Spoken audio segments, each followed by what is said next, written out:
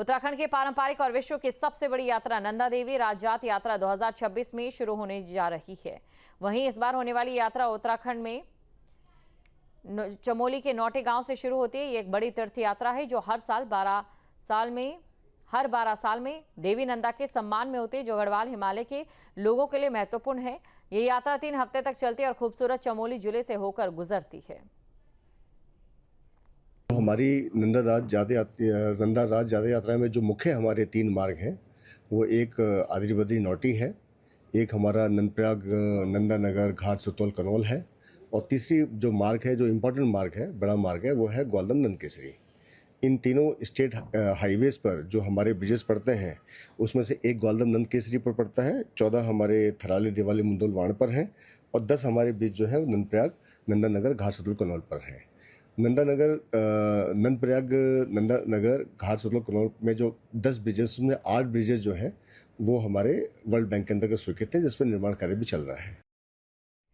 बागेश्वर में पंचायत चुनाव का बिगुल बजते ही जिले की सियासी सरगर्मियां तेज हो गई।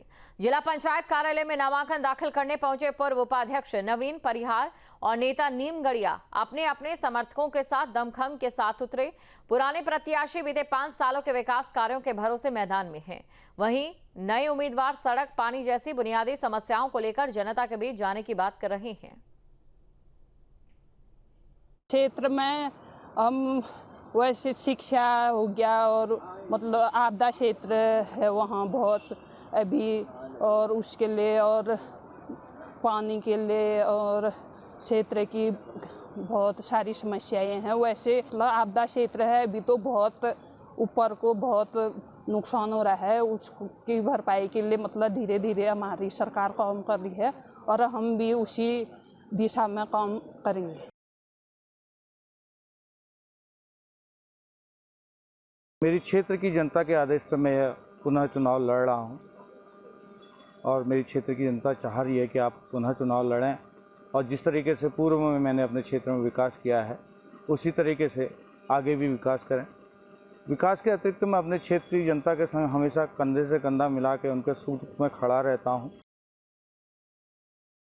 हम लोगों की जनता की समस्या स्वास्थ्य, शिक्षा है, एजुकेशन है और सड़क है, दूरसंचार है, जो भी समस्याएं उसको लेके हम लोग गांव में जा रहे हैं। और हमारे जो अधिकृत प्रत्याशी हैं अभी हम लोगों की पहली वाली लिस्ट हम लोगों ने फाइनल करके उसमें हम लोगों के 16 लोगों के हम लोगों ने अधिकृत प्रत्याशी करके अभी हमारी दूसरी लिस्ट है, 3 जिला पंचायत छूटे हैं तो उसमें हम लोग उसकी हमारी जो है आज तक हम लोगों की उनकी फाइनल हो जाएगी लिस्ट, 3 जिला पंचायत की है।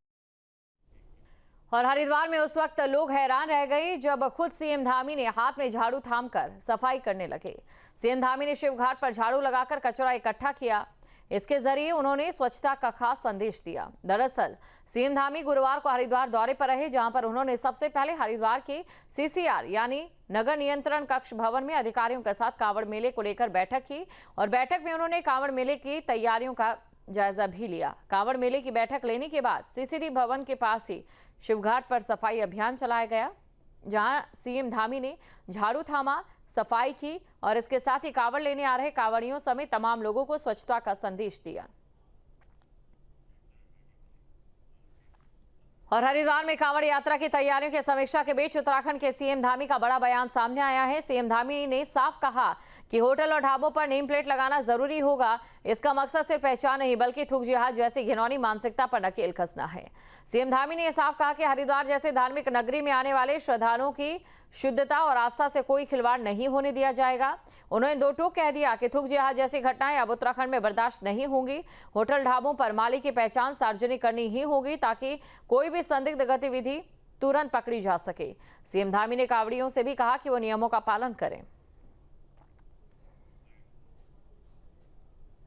मैं स्वयं कांवड़ मेले की जो समीक्षा होती है उस समीक्षा में शामिल होता हूँ और हर वर्ष हमारा प्रयास होता है कि जो पिछले अनुभव हैं उन अनुभवों के आधार पर आगामी जो मेला है उसकी और अच्छी व्यवस्थाएं हों, अच्छा उसकी तैयारियां हों। उसके निमित्त यहाँ पर बैठक की गई है सभी विभागों ने और जो इस कांवड़ मेले के संचालन में जिन जिन जिलों की भूमिका होती है उन सभी ने अपने अपने स्तर पर अच्छी तैयारियां की हैं प्रशासन की दृष्टि से भी, सरकार की दृष्टि से भी हमारी पूरी मशीनरी, पूरा हमारा प्रशासन, हमारे सभी अधिकारीगण मेले की तैयारियों के लिए पूरी गंभीरता से लगे हुए हैं और आने वाला हमारा कांवड़ मेला बहुत अच्छा होगा। आने वाले श्रद्धालुओं को अच्छी सुविधा मिले और खाद्य विभाग को और हमारे जिला प्रशासन को और सभी लोग जो मेले की संचालन में लगे हैं, उनसे हमने विशेष रूप से कहा है कि इसकी निगरानी रखें। जो भी लोग मेले में अपनी दुकानें लगाएं, उनका सत्यापन जरूरी है और साथ में उनका पहचान पत्र भी होना चाहिए, क्योंकि थूक जहाज जैसी घटनाएं पहले के समय में आई हैं। उस प्रकार की घटनाएं किसी भी कीमत पर न हो, उसके लिए सख्ती से काम करने को हमने प्रशासन के लोगों को भी कहा है। जो लोग तुष्टीकरण की राजनीति देश के अंदर करते रहे हैं, उनको परेशानी हो सकती है। हम तो लोगों की सुरक्षा और उनकी शुद्धता का ध्यान करके इस प्रकार के निर्देश कर रहे हैं कि जिससे कि कहीं पर कोई मिलावट, कहीं भोजन में अशुद्ध चीजें, कहीं किसी प्रकार की थूक जहाज जैसी घटना की पुनरावृत्ति न हो। हम ये भी सभी आने वाले जो हमारे कावड़ यात्री हैं, उन सभी से ये भी जरूर अपील करेंगे कि हमारे पूर्वजों ने, हमारे ऋषियों ने, मुनियों ने यात्रा के कुछ नियम बनाए हुए थे। उन नियमों का पालन करने से यात्रा का पूर्ण लाभ मिलता है, तीर्थ यात्रा का पूर्ण लाभ मिलता है।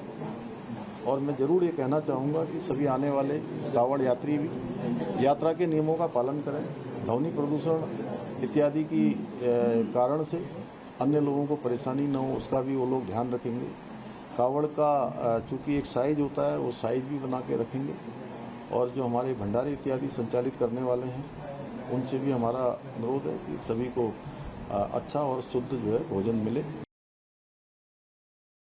अगली खबर है विकासनगर से, जहां पर यमुना का जलस्तर बढ़ने से मजदूर फंस गए हैं और नदी के बीचों बीच एक टापू पर फंसे मजदूर। फोन के जरिए पुलिस को सूचना दी गई है। पुलिस और एसडीआरएफ ने रेस्क्यू अभियान चलाया। एसडीआरएफ ने 11 मजदूरों को राफ्ट के जरिए बाहर निकाला। मजदूरों में 7 पुरुष और 4 महिलाएं भी शामिल हैं। विकासनगर में यमुना नदी का जलस्तर बढ़ने से वहां मजदूरी कर रहे कुछ मजदूर नदी के बीचों बीच एक टापू में फंस गए।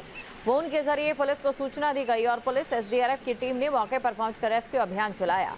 जलस्तर बढ़ने से काफी मुश्किल का सामना करना पड़ा। एसडीआरएफ ने 11 मजदूरों को राफ्ट के जरिए बाहर निकाला। फंसे मजदूरों में 7 पुरुष और 4 महिलाएं शामिल थी। और रुद्रप्रयाग से बड़ी खबर, जहां सोनप्रयाग स्लाइडिंग जोन में मलबा आने से मुसीबत, मलबा पत्थर आने से रास्ता बाधित हो गया है। एसडीआरएफ ने 40 फंसे यात्रियों का रेस्क्यू किया। केदारनाथ धाम यात्रा पर लगाई गई अस्थायी रोक। तो रुद्रप्रयाग से ये बड़ी खबर आपको बता रही है, यहाँ स्लाइडिंग जोन में मलबा आने से मुसीबत बन गई है। जहाँ भक्ति है हर शब्द में, कथाओं में छिपे हैं दिव्य रहस्य और ज्योतिष देता है जीवन को दिशा। धर्म से जुड़ी हर बातों को जानने के लिए हमारे चैनल स्तुति को सब्सक्राइब करें। चैनल पर जाने के लिए इस लिंक पर क्लिक करें।